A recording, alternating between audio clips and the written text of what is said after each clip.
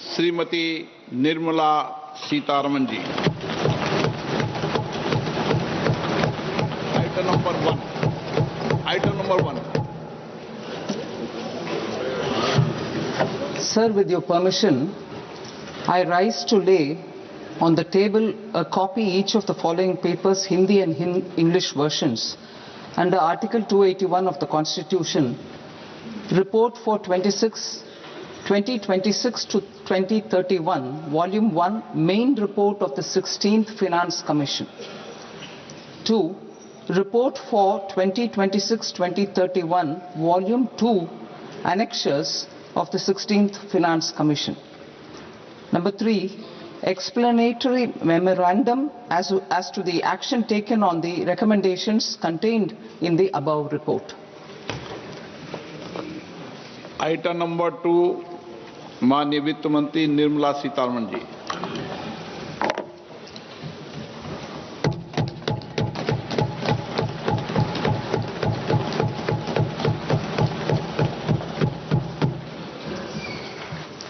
Honorable Speaker, sir, on the sacred occasion of Magh Purnima and the birth anniversary of Guru Ravidas, I present the budget for the year 2026-2027. Since we assumed office 12 years ago, India's economic trajectory has been marked by stability, fiscal discipline, sustained growth, and moderate inflation.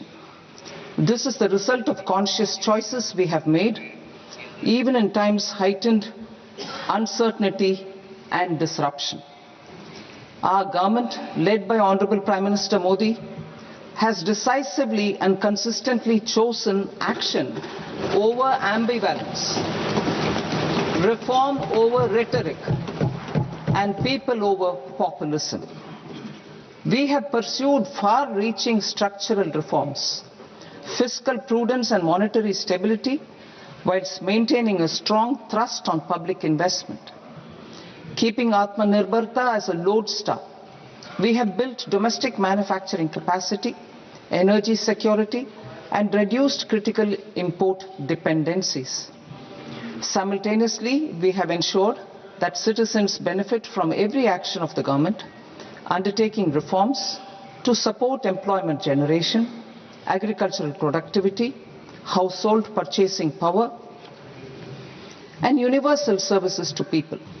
These measures have delivered a high growth rate of around 7% and helped us make substantial strides in poverty reduction and improvement in the lives of our people. Today, we face an external environment in which trade and multilateralism are imperiled and access to resources and supply chains are disrupted. New technologies are transforming production systems while sharply increasing demands on water, energy, and critical minerals. India will continue to take confident steps towards Vikasit Bharat, balancing ambition with inclusion. As a growing economy with expanding trade and capital needs, India must also remain deeply integrated with global markets, exporting more and attracting stable long-term investment. As I begin Part A, I want to express my gratitude to the people for standing firmly with us as we forge our way together towards becoming one of the largest economies of the world.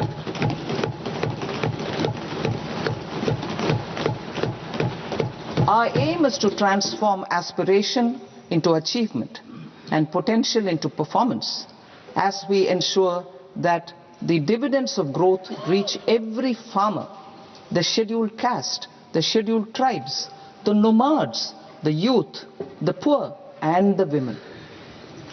In Vikasit Bharat Young Leaders Dialogue 2026, several innovative ideas were shared with our Prime Minister, which have inspired many of the proposals, making this a unique Yuva Shakti-driven budget. Our government's sankalp is to focus on our poor, underprivileged and the disadvantaged.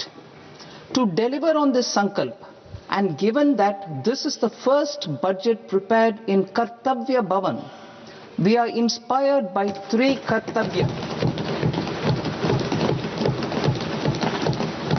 Our first Kartavya is to accelerate and sustain economic growth by enhancing productivity and competitiveness and building resilience to volatile global dynamics. Our second Kartavya is to fulfill aspirations of our people and build their capacity, making them strong partners in India's path to prosperity. Our third Kartavya, aligned with our vision of Sabka Saath, Sabka Vikas, is to ensure that every family, community, region and sector has access to resources, amenities and opportunities for meaningful participation. This threefold approach requires a supportive ecosystem. The first requirement is to sustain the momentum of structural reforms, continuous, adaptive and forward-looking. Second, a robust and resilient financial sector is central to mobilizing savings, allocating capital efficiently and managing risks.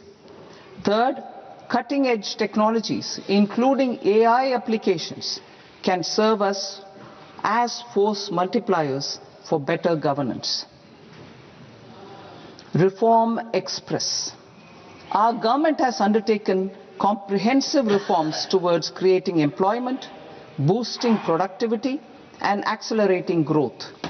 After the Prime Minister's announcement on Independence Day in 2025, over 350 reforms have been rolled out. This includes GST simplification, notification of labor codes, and rationalization of mandatory quality control orders. High-level committees have been formed, and in parallel, the central government is working with the state governments on deregulation and reducing compliance requirements. The Reform Express is well on its way and will maintain its momentum to help us fulfill our Kartavya. I now move to specific proposals. Under our first Kartavya, to accelerate and sustain economic growth, I propose interventions in 6 areas. 1. Scaling up manufacturing in 7 strategic and frontier sectors. 2. Rejuvenating legacy industrial sectors. 3. Creating champion MSMEs. 4. Delivering a powerful push for infrastructure. 5. Ensuring long-term security and stability. And 6. Developing city economic regions. Scaling up of manufacturing in 7 strategic and frontier sectors. Biopharma Shakti, meaning biopharma strategy for health advancement through knowledge, technology and innovation. India's disease burden is observed to be shifting towards non-communicable diseases like diabetes, cancer and autoimmune disorders. Biologic medicines are key to longevity and quality of life at affordable costs. To develop India as a global biopharma manufacturing hub,